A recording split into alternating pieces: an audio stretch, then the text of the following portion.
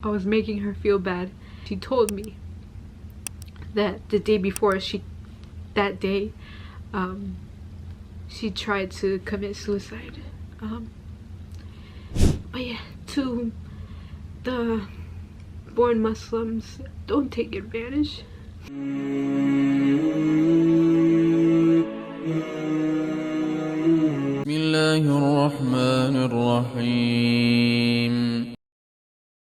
Hello guys, my name is Karen. I am the Muslim Reaver on Instagram. I feel like a lot of you guys are gonna come from there. I just want to say thank you to everyone who has helped me understand Islam more. I don't have any Muslim physical friends around me, and the closest masjid is like 40 minutes away, so it's really hard for me to find a community, especially here in South Carolina. I don't see a lot of Muslims here, maybe because I'm more isolated, but yes, it's really hard for me. I can count on my hands how many Muslims physically I've seen here. But yes, I wanted to share my story because I feel like there's not a lot of people who do share the stories. I converted in December 28th, 2020. Let's rewind 8 months before I took my Shahada. I wanted to get closer to God. The only way I knew how to get closer to God was to study the Bible. This story is going to be all over the place because I didn't take any notes. So hopefully I can get everything into this one video. But my parents are Christian. They aren't really devoted. I never really went to church. My family on my mom's side are really devoted. I have 2 uncles that are pastors, and I never really liked church. Especially because it was always in Spanish, and Spanish is my second language. It just goes in one ear and out the other, so I never really had the chance to really understand Christianity, the concept of it.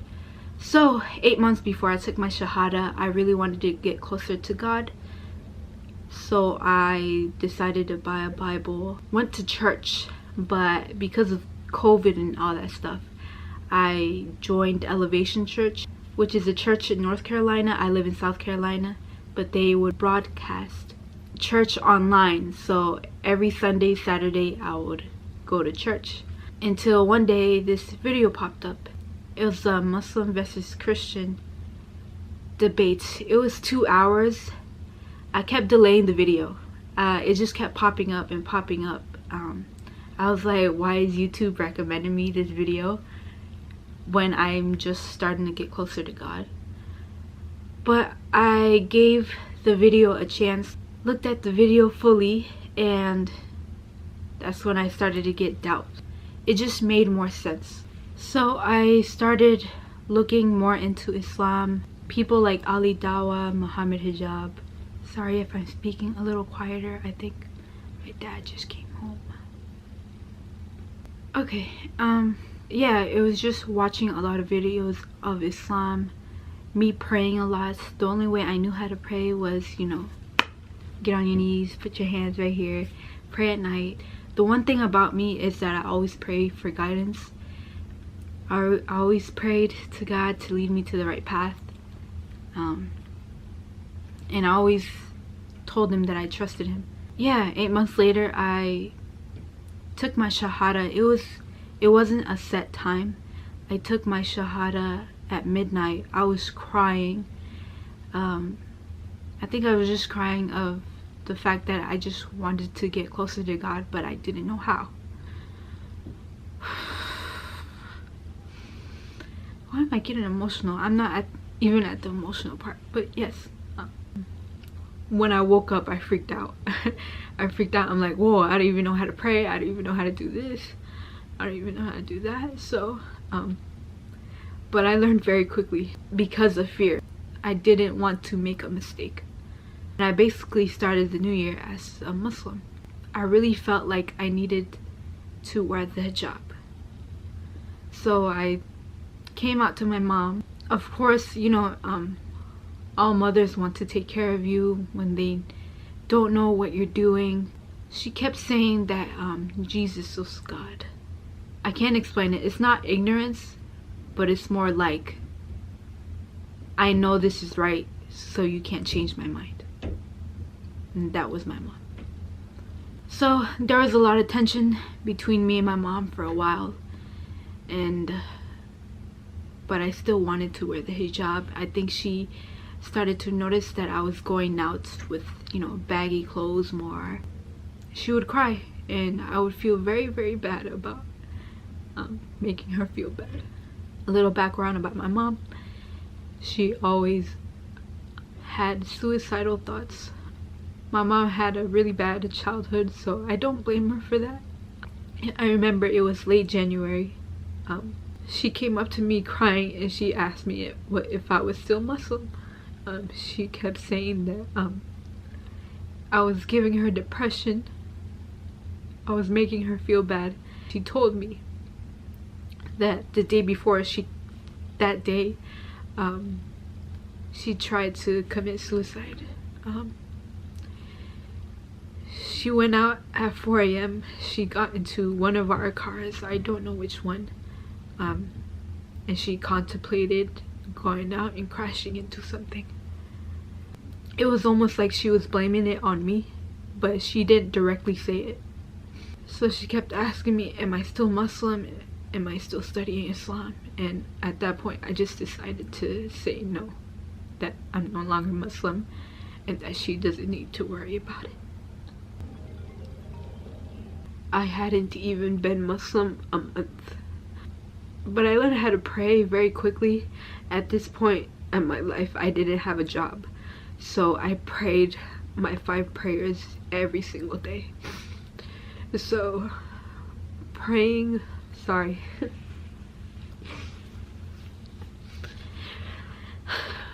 from not praying to praying every day and trying to do good deeds for your parents, it was very overwhelming, very, very overwhelming. I don't remember if it was after or before my mom came up to me with you know, that, and I had to lie. I told my dad about it. If you guys don't know me very well, I read a lot of books, and he told me that I was getting influenced too much and that the devil was influencing me. I was just in shock because he is my dad. He's the more lenient out of my mom. I was telling him about the Quran, and then he told me to throw away that book or I'll throw it away for you. And I didn't know what to say. Coming from the people who you love the most is really hard to hear. Since COVID and everything, I was struggling a lot to find a job. The bills I used to pay, I could no longer pay for it, so my mom took it over. It was a lot of stress on her. Understandably, I caused a lot of that stress as well. I kept asking Allah, please give me a job I'm happy in. Another thing I prayed for is for some Muslim friends or someone who is Muslim to come around, you know, so I could have that comfort in someone. So I ended up getting a call from the retail store I applied for. I went to that job. Hourly pay was very, very low. It was nothing. I would not be able to pay the bills that I used to have if I got that job, and it was only part-time, so that was even, you know, worse. I wouldn't be able to get enough to pay for everything, you know. The manager there, he was very disrespectful, very dismissive. I got up and left. As I was walking out, I just burst in tears, you know. I had been applying for hundreds of jobs by this point. I just wanted something to go right. So I was crying in my car, asking Allah why he did this. When I've been praying a lot, why is he not letting me be happy? Just basically crying and blaming Allah for everything. So I get a call not even a day later. It's from the same retail store, but on a different location. I don't think I had any hope. I was just still mad at Allah. I have a scheduled interview for that following day, and when I get there, the manager, She's really nice. She makes me laugh a couple times. She asked me, do I want to be a supervisor? At first I'm like, I'm 19 years old. Why are you asking me? You know, I'm not fit for that position. And I'm like, yeah. What are the duties? So she goes in and starts explaining everything to me. And it happens so fast. She gives me all the paperwork. She says she's gonna call me back when my background check is in. So she takes me out and she introduces me to everyone who's working in the back.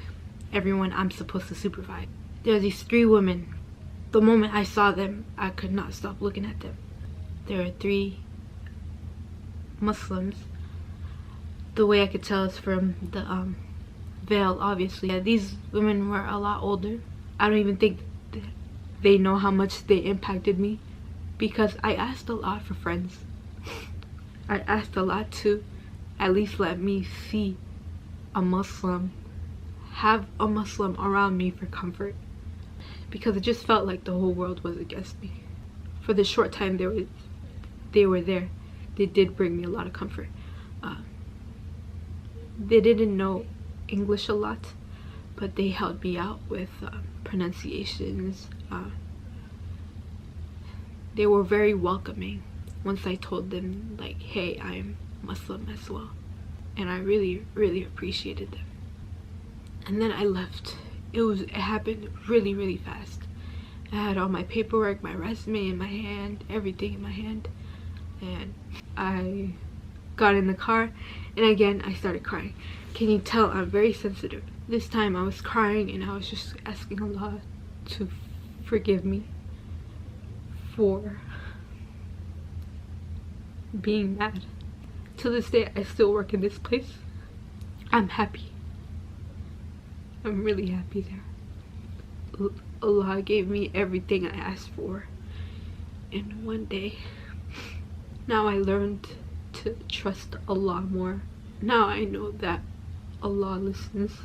I have showed my mom how I would look like in hijab, and understandably she did not like it. She told me that I was very beautiful and that there was no reason for me to cover it up. How will I ever get a husband if he can't see me? I'm Latina, so we're supposed to be very proud of our bodies. I came out to her very fast. I hadn't even been Muslim a month. It's very hard. It's still very hard, and I'm still learning. I did stop praying for a while. I felt like Islam was destroying my family. There's always a constant tension in the house. To this day, it's very hard to be very openly Muslim. I want to wear hijab. I want to cover up more. I know it will take a toll on my family. Growing up, my mom was a babysitter, so after school I'd come home and have to help her with the kids. She would take care of 5 to 7 kids, so it was very stressful on me, and definitely very stressful on her. I would come home from school and just dread coming home because I knew my mom. Anxiety, stress, it just all weighed down on me. It was just constant worrying. Is she okay? At school, all I thought about was my mom. Every time my friends would ask me, hey, you want to go out after school? I'm like, no, I gotta go home and take care of my mom. My mom, she's tried to kill herself multiple times. So when I told her I was Muslim and I saw how much it affected her, I just lied. And then just a few months later, I stopped praying. It just became very overwhelming for me. It's still very hard for me now because I don't have any Muslim physical friends around me. That's why I built the community that I have now. You guys have helped me a lot. I'm glad I can have someone to talk to online. I'm so happy that I'm able to ask anyone questions and be able to get the answers in seconds. I appreciate everyone who's DM'd me on Instagram, or anyone who has talked about their story as well, because I wish I could hear more stories about Muslim reverts like me, who are still struggling. I feel like I have a lot to make up for. I didn't participate in Ramadan. I have started praying again, but I don't want to overwhelm myself. I wanted to do everything perfectly and I rushed myself. So it always felt like, is it Islam or is it my family? I feel like I failed both. I failed Allah because I abandoned prayer. I failed my parents for not being the perfect daughter, for not making them happy, for making them disappointed in me, for making them depressed, scared. For all the reverts out there, just keep praying, keep pushing. Allah is gonna test you. Allah tests the ones He loves. It's gonna be hard. Just don't rush things. Some people will not accept you for who you want to be. I am 20 years old. I'm still very young. My dream is to, have kids that are Muslim, and me being the first, Muslim family in my family. But yeah, to the born Muslims, don't take advantage.